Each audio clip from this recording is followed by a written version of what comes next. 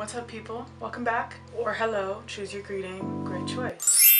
I'm very excited to be here today. Normally the hardest part of filming videos is remembering to say things the way I wanted to say them when I was thinking about the ideas, but today the hardest part of this video is going to be controlling my level of animation. As you may or may not know, I'm a very animated person. However, I have been flossing aggressively, and in doing so, I cut the corner of my mouth. So now I have to be mild in my animations so as to not reopen the wound. Thank you for understanding. Anyway, we are gathered here today because I have finally meditated for 1,000 minutes, and to celebrate, I wanted to make a video and tell you or whoever wants to listen about all the ways spending 1,000 minutes in meditation has altered and improved my life. That's really all I'm gonna do in this video, and that's really all I need to do in this video, so let's do it, boy. Okay, so let's talk about how meditation changed my life. First and foremost, I want to tell you that I meditate using the Headspace app. This is not an ad for them. There's really no way this would be an ad for them. When I started meditating, it was because it was absolutely necessary. I was dying virtually. Yeah, and so if you go in the Headspace app, they have a section of meditations called SOS. Kind of felt like I was living in a constant state of SOS, and so first few months that I did this, I lived and died, except I didn't die, on the SOS section of this app. I did the panicking meditation 1,000,000 times, the burnt out meditation 1,000,000 times, the flustered meditation 1,000,000 times, and I'm really glad I did. So the very first benefit I noticed from meditating, wow, I'm doing so good not being animated because my little cut is like chilling right now. Woo. Very first benefit that I noticed when I started meditating, this was maybe in like the 150, 200 minute mark, nowhere close to the 1,000 minute mark, was that I had a conscious alternative. When emotions arose in me, I knew where I could go and I knew what I could do, and I didn't have to rely on ignoring myself and trying to escape that moment so that I didn't have to watch myself feel out of control and do the shit that I didn't want to do. I noticed a new mental and emotional pattern forming in me, a habit maybe even, where, oh, an emotion pops up, cool, let me address it by going in Headspace and typing in the keyword that matches the emotion I feel and doing whatever meditation pops up. Cool.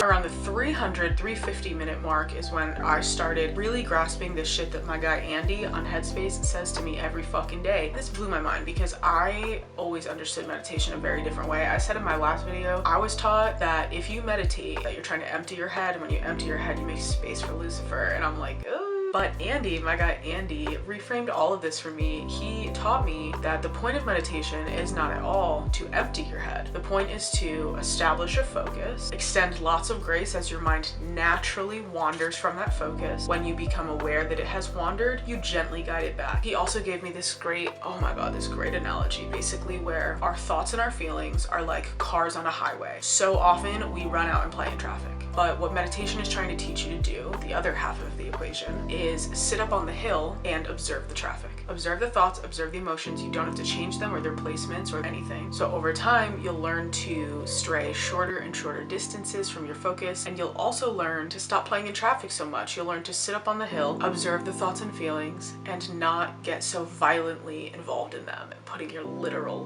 mental, emotional life in danger. And the key components of meditation are perfectly aligning with some of the values that I'm clinging to lately in life, such as grace and softness and gentle guidance. And so even if it was only 3 minutes a day or 5 minutes a day, every single day I got to sit down and actively practice managing myself, my thoughts, and my emotions with grace. And that practice goes a long fucking way because it scales up. When shit comes up later in the day that requires me to manage myself or speak to myself, I was much more likely to incorporate grace in my approach, having just recently meditated and practiced grace, and also having been practicing grace.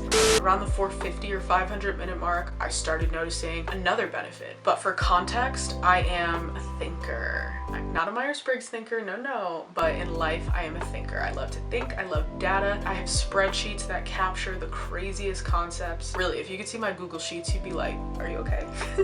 I'm not. No, I am now actually, because I've been meditating. Wow. But yeah, I am a thinker. I love to analyze my thoughts and feelings to a fault. First of all, I never understood how detrimental that was. I never knew how much over-analyzing your thoughts pits you against yourself. Basically, I started understanding what a tangible difference it makes to swap out analysis with acceptance and with observation.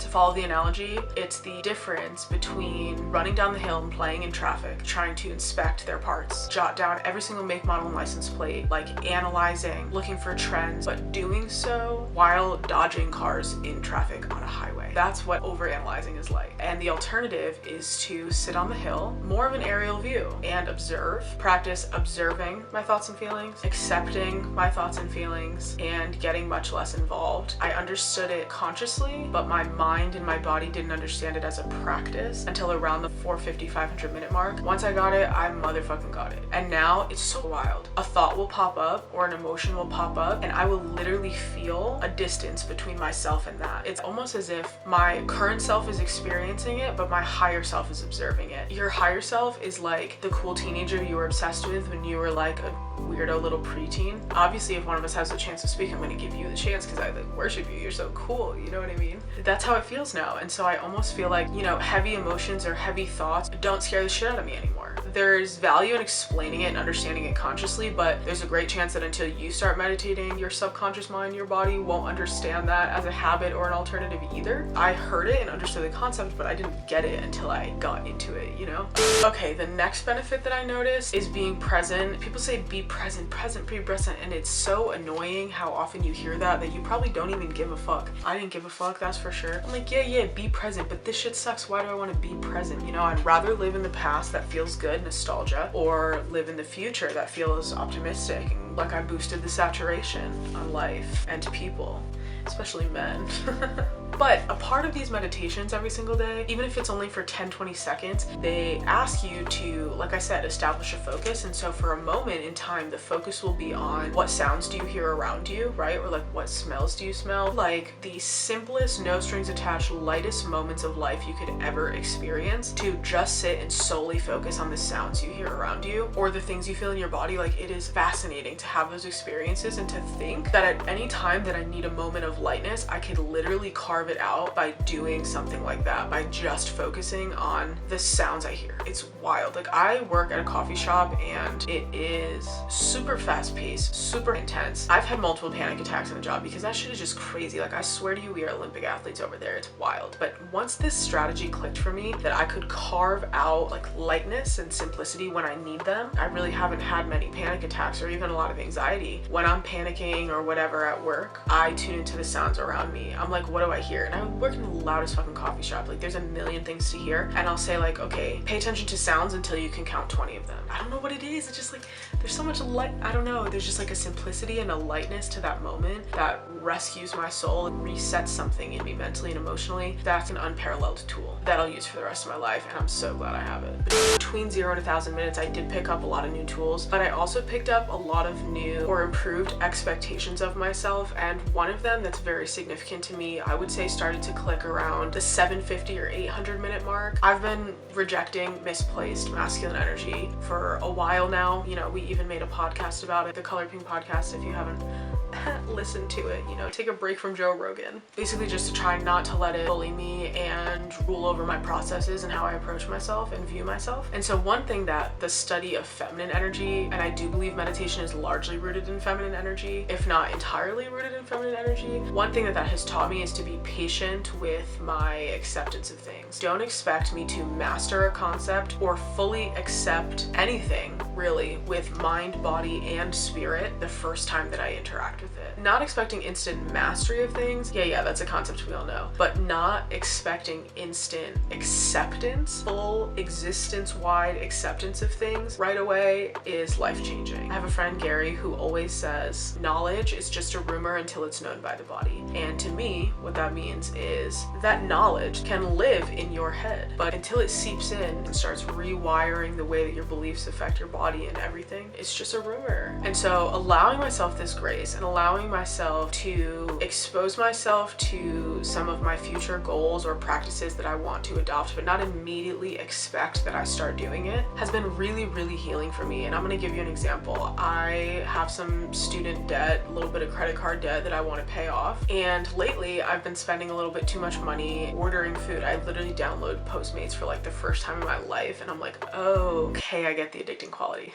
I decided that I want to work on this little system where anytime I feel like I want to order Postmates, I have the option to bring up my order, exactly what I want to order. I would look at the total, and then instead of ordering the food, I would go eat something out of my fridge and get the reward of putting that exact amount of money, even if it's a weird number of cents or anything, to my debt, so that I pay my debt down and there's still a reward in all of that. The first time that I sat down to order Postmates, I still ordered Postmates, but I held space in my brain for the fact that there's an option here. And the second time, I felt myself even closer to the option of putting money towards my debt. And the third time, same thing, I felt even closer. And I feel like this next time, I'm gonna find that idea approachable enough that I am gonna put my money towards that debt, and allowing myself to adjust to ideas with grace rather than like, masculine energy, you had an idea and you have to do it. It's been life-changing for me, legitimately life-changing. And I cannot tell you how many habits and routines and rituals and practices and activities and projects I have started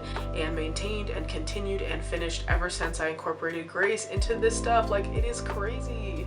Another little tool that I learned from meditating, and I think I caught onto this around maybe the 500-600 minute mark, was the power of having a more compelling secondary focus. What I mean by that is I'm not excited to sit down every day and meditate and get its benefits. What I'm excited to do is watch the numbers on the stat screen change and go up. That's what I'm excited to do. That's okay. If the numbers going up and the stats is a pull factor for me, but I still get the benefit of meditating, then it's a perfect setup. And that little setup is something that I've taken into my life in other places, you know? So for example, novelty is important to me. It's a value of mine, and I love details, charming little fleeting details about life. And I've tried a million things, you know? I've tried, writing them down in a notepad, setting an alarm for 9 p.m. every night where I jot down details and blah, blah, blah, and it was never captivating enough to me. I myself have this little practice, and I would show you, but actually I'm gonna show you. I'm probably gonna blur some stuff out though. This is what I'm talking about.